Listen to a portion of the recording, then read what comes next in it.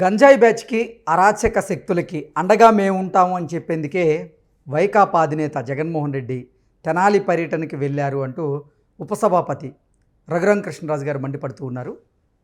అసలు గంజాయి బ్యాచ్కి అసాంఘిక కార్యక్రమాలకి పాల్పడే వారికి వైఎస్ఆర్సీపీ అధినేత జగన్మోహన్ రెడ్డి సంఘీభావం తెలపడం ఎంతవరకు కరెక్టు? గతంలో ఇటువంటివి ఎన్నో సంఘటనలు జరిగాయి. అప్పుడు జగన్మోహన్ రెడ్డి స్పందించారా? అంతెందుకు వైఎస్ఆర్సీపీ ప్రభుత్వ హయాంలో జగన్మోహన్ రెడ్డి ముఖ్యమంత్రిగా ఉన్నటువంటి సమయంలో ఆయన పార్టీలో ఉన్నటువంటి ఒక ఎంపీనైన నన్నే కస్టడీలో వేధించినటువంటి కేసులో జగన్మోహన్ రెడ్డి నా దగ్గరికి వచ్చి నన్ను పరామర్శించారా, అసలు ఏమైందని అడిగారా అంటూ ఇప్పుడు రఘురామకృష్ణరాజు గారు జగన్మోహన్ రెడ్డి మీద మండిపడుతున్నటువంటి నేపథ్యంలో ఈ అంశం మీద మనం పూర్తి స్థాయిలో విశ్లేషణ చేసుకుందాం. ప్రస్తుతం మనతో పాటు ఉన్నారు ప్రముఖ రాజకీయ విశ్లేషకులు, ప్రముఖ సీనియర్ జర్నలిస్ట్ దుర్గా వర్ధమాన్ గారు. వారితో మాట్లాడు. దుర్గా, నమస్తే. నమస్తే అండి. అసాంఘిక కార్యక్రమాలకి పాల్పడుతున్నటువంటి అరాచక శక్తులకి, అలాగే గంజాయి బ్యాచ్కి మేము ఉన్నాము అని చెప్పేందుకే వైకాపా అధినేత జగన్మోహన్ రెడ్డి నిన్న తెనాలి పర్యటనకి వెళ్ళారు అంటూ ఉపసభాపతి రఘురామకృష్ణరాజు గారు జగన్మోహన్ రెడ్డి మీద మండిపడుతూ ఉన్నారు. ఏంటి మేడం, దీన్ని ఎలా చూడాలి? వాస్తవం కదండి, అది వాస్తవం కదా. ఇప్పుడు జాన్ విక్టర్ ఎస్సీ అంటాడు. మొన్న తీర్పిచ్చింది కదా కోర్టు, క్రిస్టియన్స్ దళితులు కాదు, క్రిస్టియానిటీలోకి మారాక వాళ్ళు హిందువులు కాదు, వాళ్ళు దళితులు కాదు, కాబట్టి దళితుడు ఎందుకు అవుతాడు? ఒక క్రిస్టియన్ అంతే. తర్వాత ఇప్పుడు ఆ ముగ్గురులో ఒకడు మైనార్టీ అంటాడు ఈయన. ఈ ముగ్గురు మీద మీకు 10 నుంచి 12 కేసులు ఉన్నాయి గతంలో. ఈయన హయాంలోనే రౌడీ షీటర్గా ఓపెన్ చేశారు, ఎవరు? జగన్మోహన్ రెడ్డి హయాంలో. కాబట్టి జగన్మోహన్ రెడ్డి ఎవరినైతే రౌడీ షీటర్ అని తన హయాంలో ముద్ర వేశాడు, వాళ్ళని వెళ్ళి పరామర్శించాడంటే ఈయన కూడా గంజాయి బ్యాచ్కి సంబంధించిన వాడ. అంటే ఈ గంజాయి అమ్మించింది ఈయనే కాబట్టి అంటే వాళ్ళని కాపాడుకోవడం తన బాధ్యత అనుకున్నాడా? అందుకోసం వెళ్ళాడు ఆయన. నిన్న అందరూ అదే కదా ప్రశ్నించారు, నవ్వుతున్నారండి. వీళ్ళ కుటుంబాన్ని రోడ్డున పడేశారు, వీళ్ళని షేమ్ చేశారు, వీళ్ళ పరువు అంతా పోయింది, వీళ్ళని షేమింగ్ అన్నాడు కదా. మరి నువ్వు షేమింగ్ చేయలేదా లోకేష్ని? Body shaming చేయించలేదా?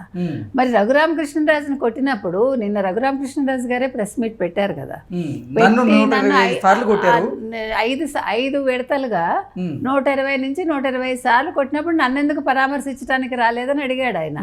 నేను వైసీపీ తప్పుల్ని ఎత్తి చూపిస్తే మీ పార్టీలో ఉంటూ మీరు నన్ను కొట్టించారు, అది అందరం చూసాం వీడియో. ఆయన నవ్వుతూ ఆ వీడియో ఎంజాయ్ చేసి అతన్ని కొడుతూ ఉంటే అసలు ఆయన కాబట్టి తట్టుకున్నాడు. మనం ఎన్నిసార్లు చెప్పుకున్నా.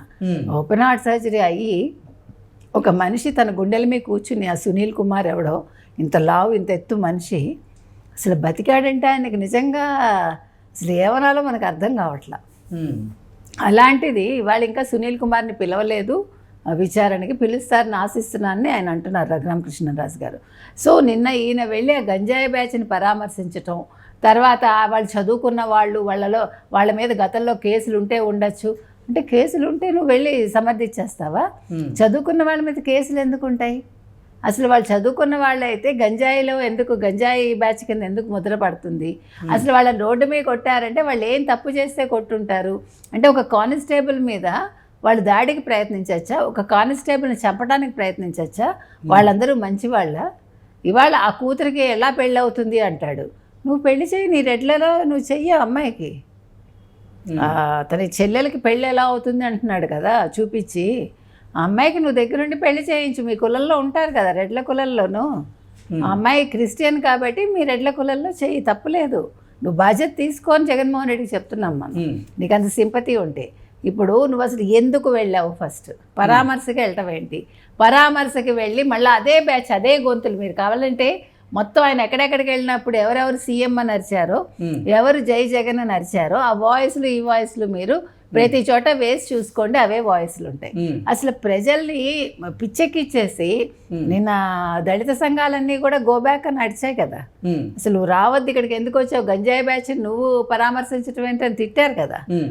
కాబట్టి నా కుటుంబాన్ని పరామర్శించడం అనేది జగన్ చేసిన తప్పుల్లో పరాకాష్ఠకి వెళ్ళిందండి తప్పు. కాబట్టి అంటే గంజాయి ఆయన పెంచి పోషించాడు కాబట్టి రౌడీ షీటర్గా అతని మీద తనే ముద్ర వేశాడు కాబట్టి ఇవాళ అలాంటి వాళ్ళని వెనకేసుకొచ్చాడు అంటే ఈయన ఎంత పెద్ద రౌడీ షీటరు, ఈయన ఎంత పెద్ద గంజాయి అమ్మిన అంటే బాస్ అనాలో ఏమనాలో మనకు తెలియదు. ఏది ఏమైనా రఘురామకృష్ణరాజు గారు అదే అంటున్నారు, ఆయన చెప్తున్నది అదే. అసలు వీళ్ళని వెళ్ళి పరామర్శించడం ఏంటి మీరని. సో ఏ రకంగా తీసుకున్నా నిన్న ఆయన తెనాలి వెళ్ళడం పెద్ద తప్పండి. అంటే ఎక్కడ శవం ఉంటే అక్కడ వాలిపోతాడు. ఇప్పుడు కొత్తగా ఎవరి మీద అయితే కేసులు లేకపోతే రౌడీ షీటర్ అని పేరు ఉంటుందో వాళ్ళ దగ్గరికి వెళ్ళి ఆయన పరామర్శిస్తాడు. రోడ్డు మీద పెట్టి ఎందుకు కొట్టారు అనే సందేహం చాలా మందికి వచ్చింది కదా. వీళ్ళు గంజాయి మత్తులో చేస్తున్న అరాచకాలు, అమ్మాయిల్ని ఏడ్పించిన విధానాలు, అమ్మాయిలు సాయంకాలం అయితే బయటికి రావడానికి భయపడిపోతే వీళ్ళకి అంటే మిగతా వాళ్ళకి అదొక గుణపాఠంలా ఉండాలని చెప్పి వాళ్ళు రోడ్డు మీద పోలీసుని ఇబ్బంది పెడితే, ఒక కానిస్టేబుల్ని సివిల్ డ్రెస్లో ఉంటే కానిస్టేబుల్ కాకుండా పోతాడు, ఉద్యోగం ఉంటుంది కదా. మరి అతన్ని ఇబ్బంది పెడితే కొట్టడా? నువ్వు మంగళగిరి నుంచి వచ్చి ఎందుకు కొడతావు?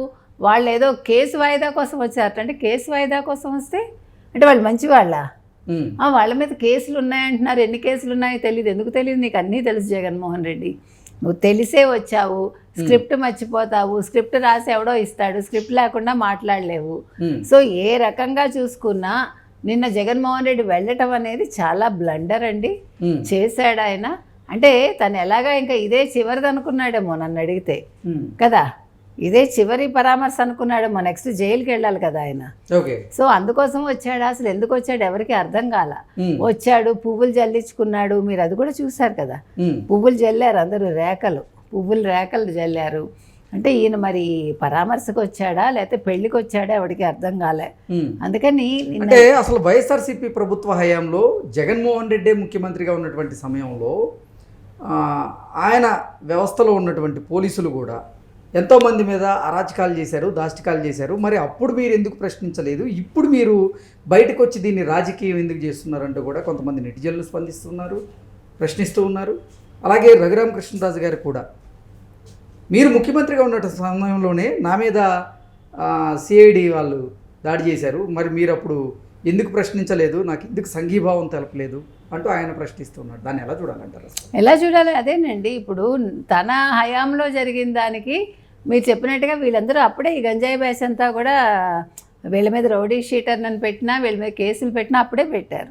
ఇవాళ అలాంటి వాళ్ళని వచ్చి పరామర్శించడం ఏంటనే అందరూ అడుగుతున్నారు, ఆశ్చర్యపోతున్నారు. రఘురామకృష్ణరాజు గారు అదే అడిగారు, నన్ను వచ్చి ఎందుకు పరామర్శించలేదు ఆ రోజు? మరి అంటే ఇప్పుడు అసాంఘిక కార్యక్రమాలకు పాల్పడుతున్నటువంటి ఈ వీరు ఎవరైతే ఉన్నారో ఈ గంజాయి బ్యాచ్ వారికి అసలు మీరు మద్దతు తెలపడం ఏంటి? అంటే గంజాయి బ్యాచ్కే మద్దతు చెప్తాడు అని నేను ఇప్పుడే చెప్తున్నాను కదా మీకు. గంజాయి బ్యాచ్కే మద్దతు తెలుపుతాడు ఆయన. ఎందుకంటే గంజాయిని అక్కడ విచ్చలవిడిగా అమ్మించింది ఆయన, గంజాయి రాష్ట్రంగా మార్చింది ఆయన ఆంధ్రప్రదేశ్ని, గంజాయికి యువతని ఆ మత్తుకి బానిసలు చేసింది ఆయనే. కాబట్టి వాళ్ళనే పరామర్శిస్తాడు ఆయన. ఇది ఏదో దళితులు అనుకున్నాడు ఆయన, ఆయనకు తెలియదు కదా, వాళ్ళు క్రిస్టియన్స్ దళితులు కాదని తెలియదు, వాళ్ళ మీద ఏం కేసులు ఉన్నాయో తెలియదు. ఇంకా వచ్చాక ఏం చేస్తాడు? సమర్థించాలి కదా. తర్వాత నాలుగు ఖర్చుకుని ఉంటాడు, తర్వాత వాళ్ళందరినీ తిట్టుంటాడు. మనకు తెలియదు లోపల ఏం జరిగిందో. తెలియక వచ్చి ఇరుక్కున్నాడండి నిన్న జగన్మోహన్ రెడ్డి ఏదైనా కూడా. కాబట్టి తప్పు చేశాడు, గంజాయి బ్యాచ్ని సమర్థించాడు. రేపొద్దున లిక్కర్ స్కామ్లో అరెస్ట్ అయ్యాక ఈ విషయం కూడా వస్తుందా ఏంటి మళ్ళా, అంటే ఇది కూడా ఒక ఇది అవుతుందా అనేది అప్పుడు చూడాలి మనం. ఓకే అండి, థ్యాంక్ యూ సో మచ్.